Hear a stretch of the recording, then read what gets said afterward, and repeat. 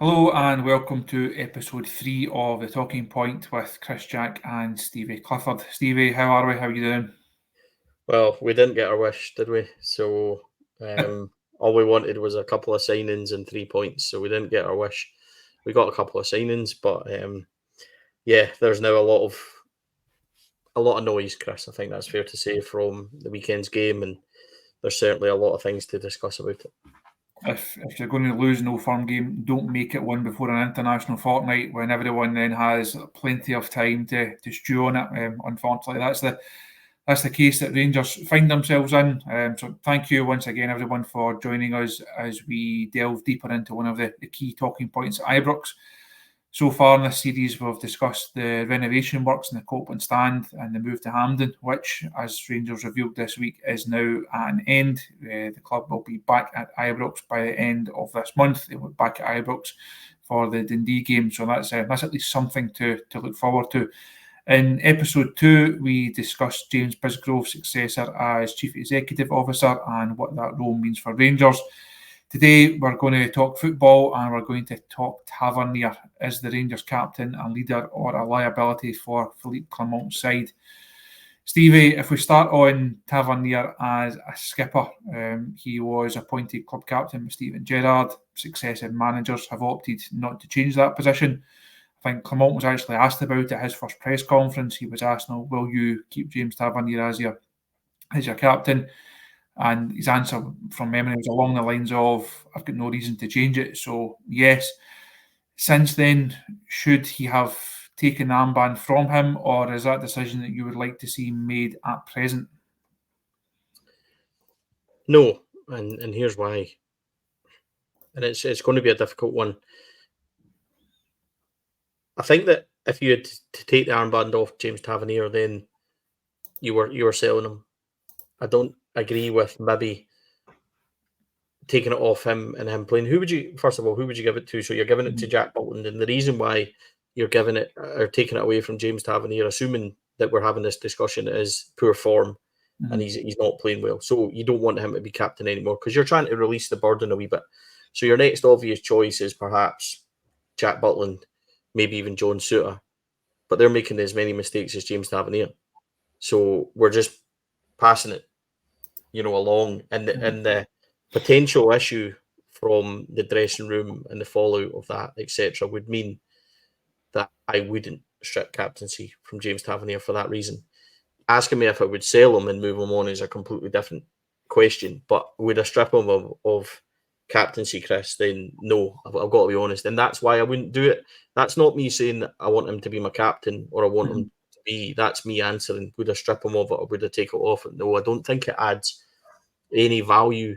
And when we're in a pretty critical point for confidence and everything else, even sadly this early in the season, a decision like that, and we've seen it before, can have mammoth repercussions on the player. So, not for me, Chris. What about you? Would you take it off him? No, I think for the reasons you outlined there, I think it's too big a political move. Now, Yeah. if he had been sold and Clement has to appoint a club captain, that's a very different thing. We saw a lot of comments on the morning briefing ahead of the Old Firm game, people saying, "Drop Tavernier, he shouldn't be playing." That's not quite as big a statement as taking the armband off him. But if you don't start your club captain and a club captain for several seasons, if you don't start him in the first Old Firm at Parkhead, what message is that sending out? And I think we can have the debate of, does he merit a place on form? You then have to look at the options, something we'll come on to speak about later on. But I think it's too big a political call. You know what that's going to do on our show. You know what's that going to do to your social media comments. You know that what's going to do on forums and in newspapers. And it's just such a storm when you do something like that. I don't see, as you outlined there, I don't see the benefit from it. Now, that's not to say that James Tavernier is the perfect Rangers captain. There's a lot of criticism about him as captain. People say that he's not vocal enough. People say that he doesn't inspire people. Ultimately, what goes on behind closed doors, we don't actually see. We see Tav 90 minutes on the pitch, and we are fortunate enough to see him in press conference situations. Does he strike you as a leader in that regard? Well, that was interesting because that was where I was kind of taking it with you. Do you think that do I think it's an issue, and I'll back this back to you as well, that he isn't really vocal and he isn't like that on the pitch? No, because albeit, right, and I'm going to caveat this a wee bit, the last 6 months, and we'll come to this about James Tavernier form, etc. I would like to push that to the side just for a second. But James Tavernier as captain, for me, isn't vocal. He isn't that kind of aggressive, natural person. But he's more of a calming influence, like when he talks to the official or he calms down teammate or whatever. But he leads, or he has led by example. That run to Europe, the European final, he was always there, Chris. When do you want your captain at the back post against Borussia Dortmund, right? That to me is leadership. He just shows it a different way. I'm reminded myself about when Steven Gerrard was in charge and we would concede at Rugby Park on the first game of the season. And for that 10 minutes, James Tavernier powered on. And aye, that's 4 or 5 years ago. But my point is that there's numerous games like that. And even away at Tannadice in 55, when we were struggling, not playing well, he produces a wonderful free kick. And that's 55 season James Tavernier was at his peak and things like that. So I think my point being, Chris, is I think that James Tavernier has led in other ways. And no, he's not vocal. I don't think that's unfair at all. I don't think he is vocal. He's certainly not aggressive. He's not, very rarely gets sent off. And I don't think he's that type of, in-your-face leader. But I don't necessarily see that as being a massive issue. Mm-hmm. Do you feel that I think that football's changed from that kind of figure? Do you really see a Roy Keane type figure anymore? I'm not sure you do. No, I think that has faded out the game now. We can all think that's what you want in a captain. Well, that's fine, but that's not what perhaps the squad needs in a captain or what previous squads have needed in a captain.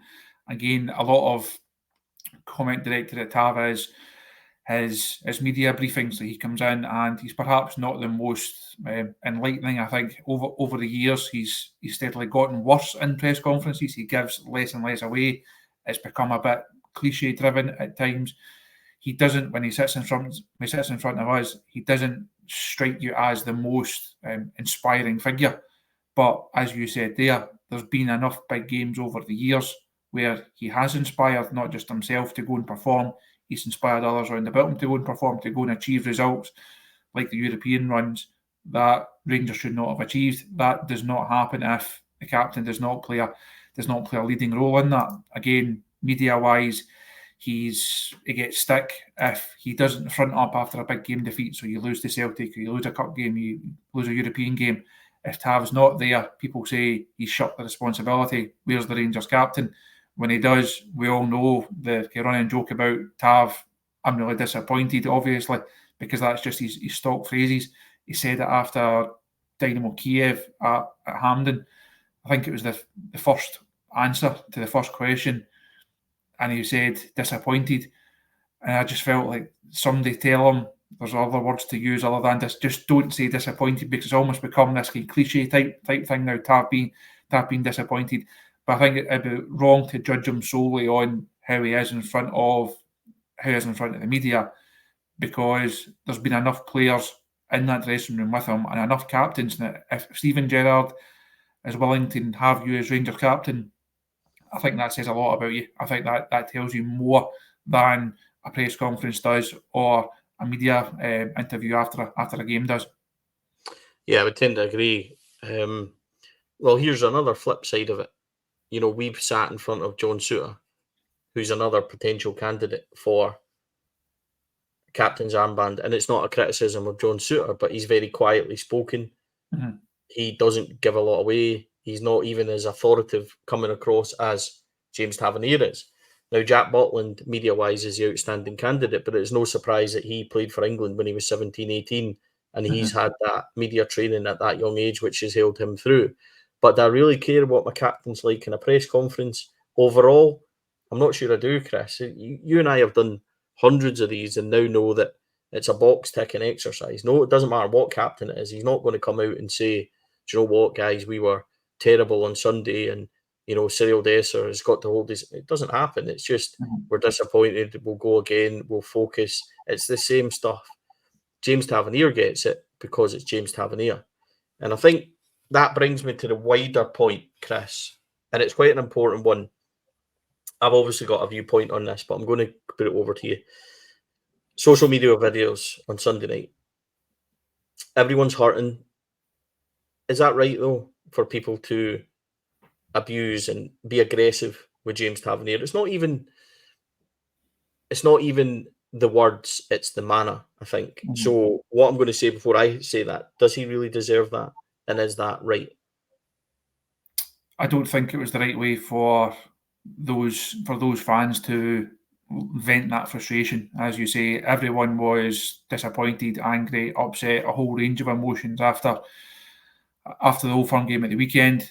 It raised big questions about manager, team, individuals, board, direction of the club, and how Rangers get out of this situation. So it's understandable that frustration, I think, boils over.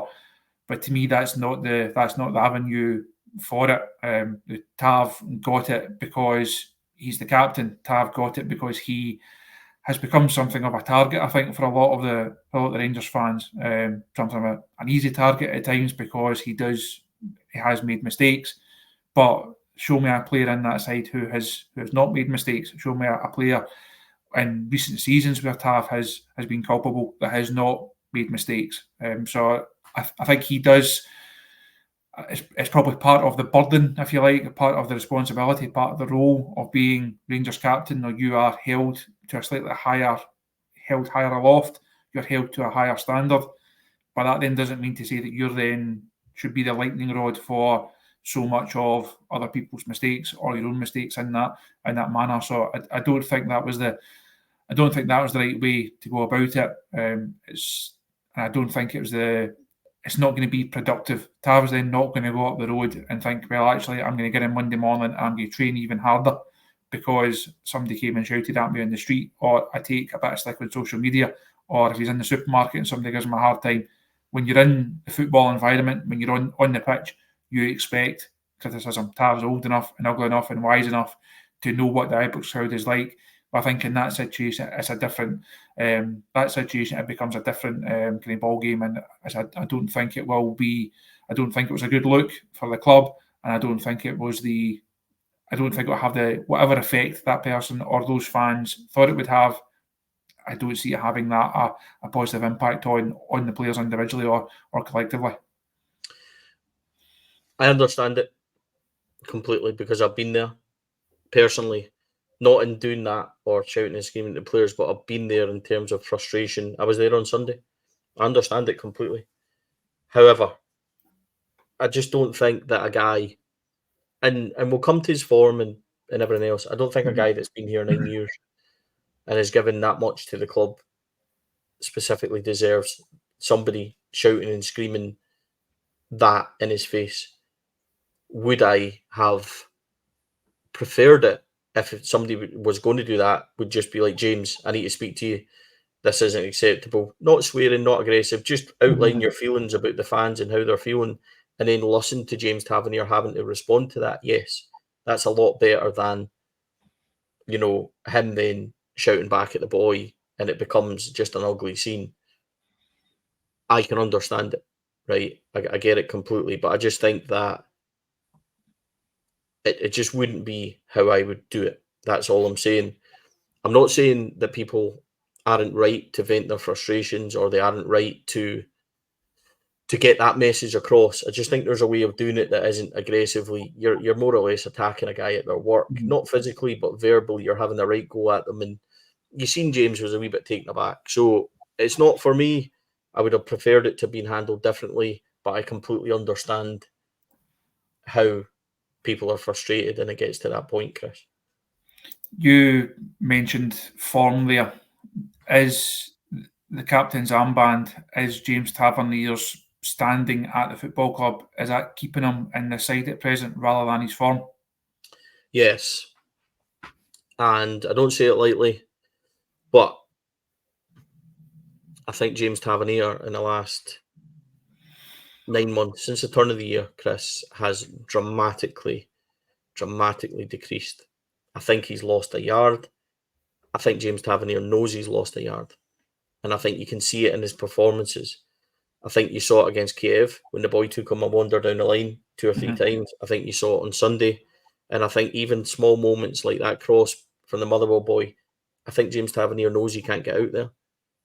So he's trying to just get as close as he can. And I've seen performance after performance. James Tavernier is no longer popping up at the back post the way he did against Dortmund or the way he did against PSV or whatever last season. And I think that that's not only this season, that's been a consistent. James Tavernier in the cup final against Aberdeen pulls Rangers out the hat. And even on Sunday, do you know what? Even on Sunday, he was up taking a volley and he had a shot and stuff like that because he's always there. And I get that. But I just think that he's definitely lost an edge. And that's my concern because players can dip. And I think that's fair. Players can have a bad run of form. It's how you recover. And I've said it to James Tavernier himself. I know how good he can be. But at present, Chris, my biggest worry is that it's more of a standing and a stature thing that he's in the team. And I think that's fair because you can't drop your captain. But if James Tavernier was playing like that without the captain's armband anywhere else, the calls for him, and I think most likely Philippe Clement would have dropped him for that. Now, I do not want to sit here and turn around and say absolutely everything is James Tavernier's fault. That is not my point. I think on Sunday, he had the highest value on and off the ball as a Rangers player, potentially as a player on Sunday's performance, stat-wise. So there is an issue there, not for James Tavernier, but for those of us watching it, because we've now got ourselves in a position where no matter what James Tavernier does, it's not good enough and we want him out the team. And it's a bit like the Goldson scenario where it was the exact same for him. And I think that potentially now the run of form, it's no matter what James Tavernier does, he's going to be held to account. Now, on Sunday, the problem with James Tavernier is that the goal isn't his fault, Chris, the first one, but it's the same mistake that we're seeing James Tavernier sleeping at the back post, doesn't track his man, doesn't try and block the run, doesn't try and get to the ball, static. And we've now seen that, but it's been magnified because the last 9 months of his form, rightly or wrongly, and I might be too harsh on him, but I just think he's fallen away down, Chris. And I think that if he wasn't captain, he certainly would have been taken out. And here's another example or a question I would ask back to you in that regard. Something that Philippe Clement said to us, that players won't play 90 minutes and, you know, teams will be rotated and things like that. He basically had a week to 10 days training and has played 90 minutes in every game since, more or less. I think he was subbed actually in one of them, but he's more or less played every single game. And I just think that already you're asking him to do too much. He's still capable of swinging in a great cross and everything else. Could we do something else with him? I'm not sure. I just think now that it really is an issue for me, Chris. I think the number of games that he plays and the number of games that he plays at a high level, it was accepted as the norm. But I think if you look at what Tav has actually done over the years, it's not normal at all. It's not normal, as we know, for a right back to score as many goals and to have as many assists and to be as influential a player as he has been. It's not been normal for a player to play 50, 60 games every season. You mentioned Conor Goldson, same thing. Spoke to the manager about that in pre-season out in Holland, and he said, you cannot keep asking guys to do that. If you do it season after season after season, eventually it catches up. And I think we've seen that with Tav. And as you outlined there, Stevie, it's not a form thing over 4, 5, 6 games this season. It's a form thing over 3, 4, 5 months. And that points to a longer term issue, a longer term slide. And I think it feeds back into the situation that the club were in the summer. We spoke about it being a big call to drop your captain, a big call to take the armband off him. It's a big call to sell your club captain as well. Rangers had the opportunity to do that. Trabzonspor made a bid. If that bid's accepted, if the club say we're going to take that fee, Tav then has to leave. It's really, really difficult for you to say, I'm not going, when the manager and the club have made it clear that you would be allowed to go. They made the big call with Goldson. They made calls with other big personalities and big figures within that squad. Lundstrom moved on, Jack moved on, Barisic, Cantwell. Tav's almost the last man standing. I think he is the last man from Seville, if memory serves right, that's still in this squad. Now that's perhaps not a surprise, given that we know what he can do and the way that he can churn out training sessions and churn out games. It's a remarkable feat and it's a great skill to have. But I think it's now costing him. He has been overplayed, and because he's been overplayed, is his value to the side now diminishing, and that's why we've seen these conversations come up, not just after the Old Firm game, it come up in recent weeks. One of the reasons why we're having this conversation just now is, where is James Tavernier right now? How valuable is he to the club, to the squad, to the team? And do you think the club should have accepted that offer in the summer and he should have been allowed to move on? Now, I know there's testimonial reasons. There's the reason of, well, you don't want too big a turnover and you need people within the group who know the club and know the standards and know the game. Was it a right time for Tav to move on? Yes, because I'm basing it purely on the form that I've seen and the heights that he can hit to where he is now. And I just don't think it's the same. I think that mistakes have crept in. I think that he's now shown a level that's way below his standards. And even when we talk about like Kiev and Motherwell and Celtic and stuff like that, it's the smallest things, Chris. I look at him now and he looks like a guy that is beaten before he starts. And I don't say that lightly. I just mean that I think he knows physically he's not where he really needs to be anymore. He's 33 though, isn't he? So I understand completely that it's taken its toll and things like that. So I get it. Like, I get it. 32, 33. He's played so many games. He's naturally going to dip. But I just think at that point, with the way that fans are feeling, I think the best thing for all parties would have been to have a natural break along with Connor Goldson and stuff like that. And the difficulty of that is, and I think we can all sit here adult and say, Connor Goldson wasn't Rangers' worst centre-back. At no point did we all want him, or people want him to be sold because he was the worst player going. People wanted him sold because they'd had enough of Connor Goldson doing the same things over and over and over again, rightly or wrongly. Connor Goldson had a slump.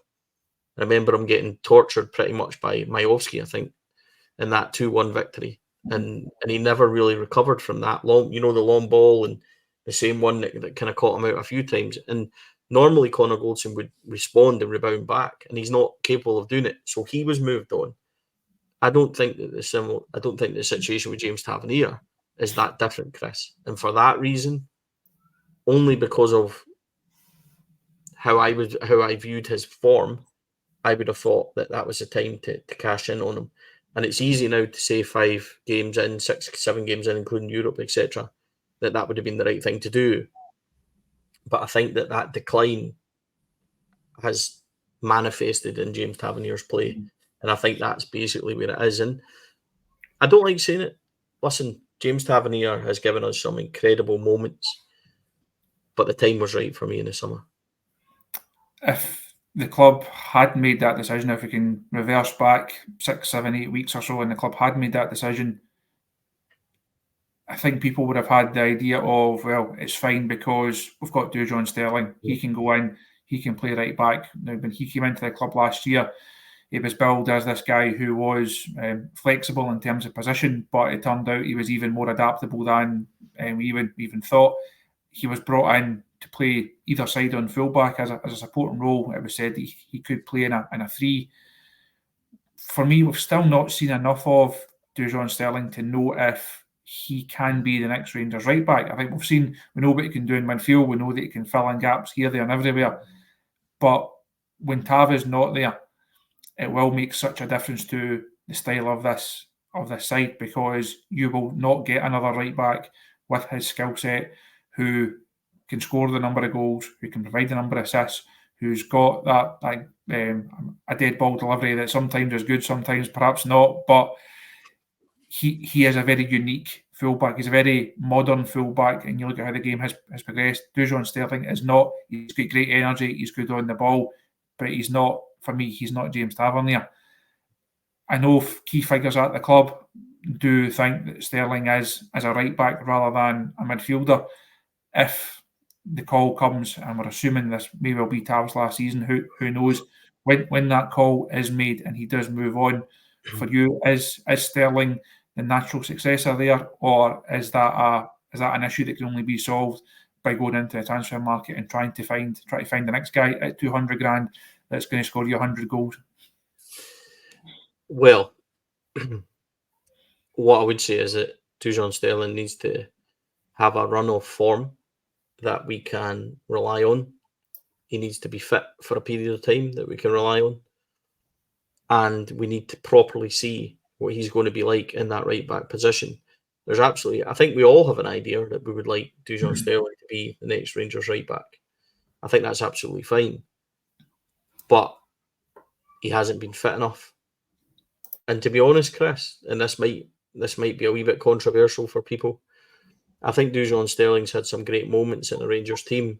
He's made some big impacts from the subs bench. Then maybe played. He hasn't consistently done it enough for me for him to be considered as being first choice right back yet. And this is where I'm going to contradict myself slightly.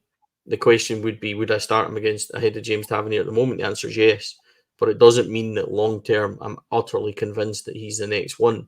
I would like to see him have a run of 5 to 6 games before I can completely say this boy's heading in the right direction. And in 2-3 months, we can say, yeah, this boy is the answer. But I don't think I've seen enough of him yet. I've seen enough in moments where I'm deciding this boy's a good footballer. There's no question about that. Can we get him fit enough? Can we get him consistently playing enough? Can we get him playing to the 7-8 level that Tav did consistently for years and years? That's the point. I don't think we can expect Dujon Sterling to score 20 goals a season. That's fine. But Chris, although we haven't had a lot lately, somebody else will take the penalties. Somebody else will take the set pieces. And that's not a dig at James Tavernier. Please don't misconstrue that. What I mean is that, it's up to Dujon Sterling then to grab the 3 or 4 goals from open play and set up, do the assist side of it and stuff like that. But my point was somebody else will have the opportunity to score the penalties and do stuff like that. So you're not just saying 20 goals a season for James Tavernier. That's then gone from your side. And I don't mean that disrespectfully. Please don't think, folks, I am. I just mean that you're still maybe getting 10 penalties, which somebody else has got the opportunity to score. So that's my point about you're losing, but could Dujon Sterling in the long run bridge that slightly by getting 2 or 3 goals, 2 or 3 assists, and then somebody else takes the set pieces on, etc. So that's my hope, because in all honesty, James Tavernier, Chris, has been a freak of nature with the goals and assists and his ability to pull us out of the mire in this last 6-7 years. So ultimately, yeah, and I'll maybe speak about that more. We would have wanted more in terms of trophies and everything else, which is absolutely fine. But it would be churlish, I think, just to say he's not won anything, so blah, blah, blah. Yeah. But I think that's probably a wider conclusional point than it is for that one you've just asked me. I think the final question I was going to ask you, it almost feels like you're writing someone's obituary before they've actually died. When we talk about Tav, what is Tav's legacy? What will his legacy be? He has potentially still got aspects of that legacy to write. Now you look back at it, to say that it's been a roller coaster over the years is probably putting it lightly. As he signed by Warburton, cheap and cheerful signing. Nobody knew what he was going to turn into. You mentioned some of the European goals and performances earlier on. That's memories that will live with Rangers fans and the people that watched it for the rest of their lives. He was the captain that lifted 55 under Steven Gerrard. We know the other side of that is it's the Old Firm defeats. It's the not winning enough under Gerrard. It's the failures under Gio and under Beale. It's how we think this season is is going to unfold. I think a number of those failures, they have to be collective ones, though. It's not to say that Tav didn't play his part in not winning more under Gerrard, but for the early part of his Rangers career, he was not part of a team that you could have expected to go and actually win leagues and cups, because the team just wasn't there. Under Gerrard, it should have done, but you can point the same fingers at guys who are held in higher esteem. Why didn't Scott Arfield help Rangers win more? Why didn't Ryan Jack help Rangers win more? Why didn't Goldson, Barisic, Al McGregor, why didn't they help Rangers win more? It was a collective failure rather than just a James Tavernier failure during that time. And I think when you look back at his legacy, he's a very, for those reasons that I've outlined there, for me, he's a very difficult guy to actually sum up, because there's so many highs and lows, there's so many good and bad, there's so many positives and negatives. It's actually quite difficult to say how will Tav be remembered. For me, he's not a Rangers legend, because I set that bar really, really high. But you have to say, over the course of his career, he has to go down as a Rangers hero and has to go down as a very, very accomplished and successful, minus the silverware, which sounds daft, but he has more than held up his end of the bargain as a Rangers player for me. Yeah, listen, I agree with that completely. My legendary bar, Chris, I've had an argument with lots of people online before about James Tavernier and Hall of Fame and things like that. And it's not only James Tavernier. The Hall of Fame for me should be elite company. The absolute pinnacle of this football club for me. Yeah, the absolute elite, the winners, everything else. And I think James Tavernier has been unlucky in some teams that he's been in. And I think you're right. Like, going out at home to St Johnstone and beating away to St Mirren in the 55 season in the trophies, where you'd already beat Celtic in one and they were already out the other, is pretty unforgivable. As a collective, we should have swept that up, no problem at all, but we didn't. And those kind of things, I think, stick in the throat. But also, James Tavernier is the guy that scores winners in the cup final against Aberdeen. He is the guy that played a massive part on the way to 55. He is the guy that, not single-handedly, but at times drove Rangers on to that European final. So there's lots of things. I'm with you. Hero, absolutely. Yeah, I think that's more than fair. James Tavernier's legacy at the moment, because we're hurting and everybody's angry, is failure, whether people like it or not. And I don't think that's particularly fair on James Tavernier, but people will point to Old Firm record, Trophy Hall. They will point to big game defeats. They will point to James Tavernier mistakes. In time, James Tavernier's legacy will be kinder to him. He'll be the guy that captained the team to 55, took them to a European final, scored over 120 goals as Britain's top, goal scoring defender, etc. But at the moment, because we're right in the mire, we're in the eye of the storm at the moment, Chris. That's not how James Tavernier's looked upon. And I just think that it goes back to an earlier question when we think about, was it right to not attack James Tavernier, but approach him and speak to him like that on Sunday night? And it's most of the reasons why I think, no, it's not. Because would somebody have done that to Alan McGregor? The answer would have been no. Or Stephen Davis, no. And people will say they've won more and things. I get that. But it's still it's a respect thing for me. And it's maybe goes back and covers another question of why we should have sold them on in the summer, because you don't like to see fan base lose respect for one of your key players. And I think that's potentially what's happened here. But his legacy, Chris, will be kinder to him in years go than it is at this moment in time, unfortunately. What can he do to help rectify that? You've got to win the games like Sunday, haven't you? And you've got to help be part of that. But that's, again, not a James Tavernier thing. That's a collective. We all got the team we wanted on Sunday. And look at the reaction or the response that we got. So it's not always clear-cut. And I would hate to think that people sit here and think that this is an obituary of James Tavernier, or this is a witch hunt against James Tavernier. James Tavernier has been a fantastic player for this football club. That's completely not in doubt. And he deserves the utmost respect for his time here and the things that he's done, the goals that he scored, the games that he's won, etc. And yeah, there's the other side of it, absolutely. But I think you have to be balanced in where you are with that, Chris. And hopefully that's what we've tried to do. hopefully, as you say, I think that's. I would hate if people think this last 35 minutes has been a kick Tavernier down session. I think it's, as I said in a previous answer there, he's a very difficult figure, a very difficult player for me to sum up, just because of everything that the conversation involves. Hopefully we are having this conversation towards the end of the season when he's potentially lifted the League Cup and he's potentially on course for another bit of domestic silverware. And if that was then to be his last act as Rangers captain, I think that would be very fitting. And as you said there, that would change the narrative. That would change people's views on him quite considerably, I think. So that's one for further down the line, one for another episode, no doubt.